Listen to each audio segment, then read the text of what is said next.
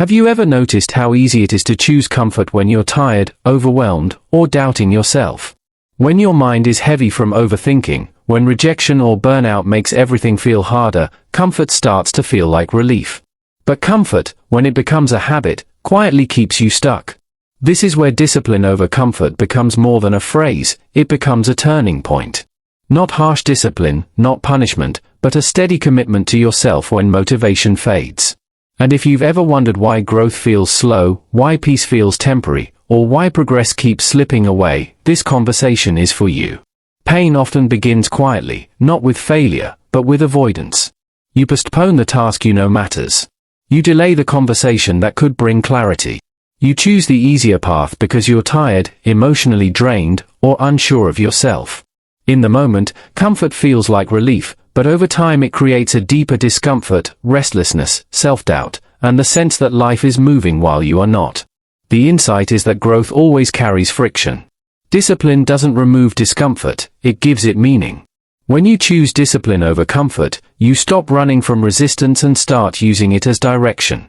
Guidance begins with small, intentional actions, showing up even when your energy is low, completing what you start, staying consistent when no one is watching. Healing happens when you realize discipline isn't punishment, it's a way of protecting your future from regret. Many people misunderstand discipline because they associate it with harshness or pressure. The real pain comes from repeatedly breaking your own trust, promising yourself change, then choosing convenience instead. Each broken promise weakens self-worth. The insight is that discipline is an expression of self-respect, not self-criticism. Every consistent action, no matter how small, restores confidence because it proves you can rely on yourself. Guidance means setting standards that are realistic, grounded, and personal, not driven by comparison or approval. Healing takes place when you stop waiting to feel motivated and start acting from commitment.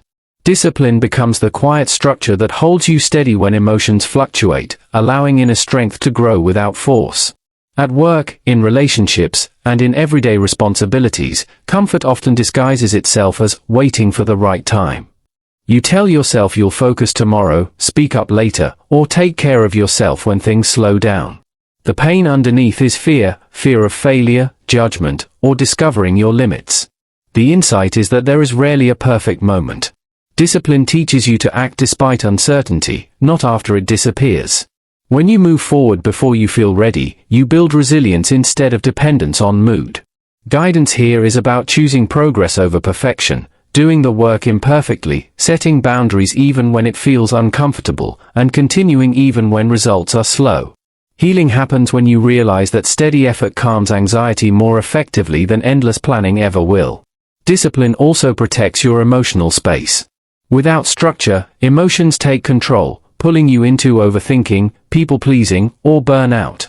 The pain shows up as exhaustion and confusion, giving too much, then feeling empty. The insight is that discipline creates safety. It helps you decide when to engage and when to step back, when to rest and when to push forward. Guidance involves routines that support emotional health, consistent sleep, focused work periods, honest communication, and intentional breaks. These habits reduce emotional chaos because they remove constant decision-making. Healing unfolds when you understand that discipline is not rigidity, it is care. It allows you to respond instead of react, to stay grounded under pressure, and to build a life that feels stable rather than scattered. Many people confuse discipline with punishment, and that misunderstanding creates resistance. The pain is the belief that being disciplined means denying yourself joy or living under constant pressure. That belief often comes from past experiences where structure felt forced or harsh. The insight is that true discipline is actually an act of self-respect.